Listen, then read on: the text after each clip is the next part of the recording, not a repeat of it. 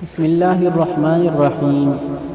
حضرت ابو عبداللہ خباب بن ارت رضی اللہ تعالی عنہ سے روایت ہے کہ ہم نے آپ صلی اللہ علیہ وسلم کی خدمت میں شکایت کی جبکہ آپ صلی اللہ علیہ وسلم بیت اللہ کے سایہ میں ایک چادر کا تکیہ بنا کے ٹیک لگائے ہوئے تھے۔ ہم نے عرض کیا، آپ صلی اللہ علیہ وسلم ہمارے لیے اللہ تعالی سے مدد طلب کیوں نہیں فرماتے، ہمارے لیے دعا کیوں نہیں فرماتے؟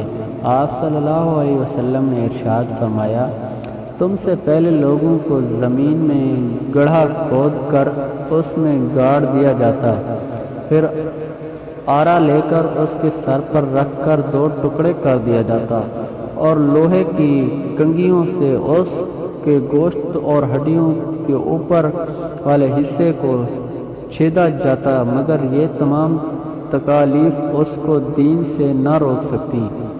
قسم بخدا اللہ تعالی اس دین کو ضرور غالب فرمائے گا، یہاں تک کہ ایک سوار صنعاء سے حضر موت تک اکیلا سفر کرے گا اور اسے اللہ کے سوا کسی کا ڈر نہ ہوگا اور نہ بھیڑیے کا ڈر ہوگا اپنی بکریوں پر۔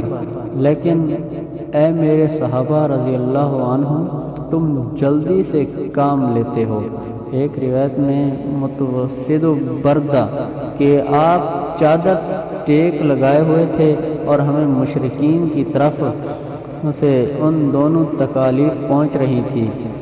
تو پلیز اگر ہماری ویڈیو اچھی لگی ہو ہمارے یوٹیوب چینل حدیث پاک کو سبسکرائب، لائک، شیئر ضرور کریں۔ شکریہ۔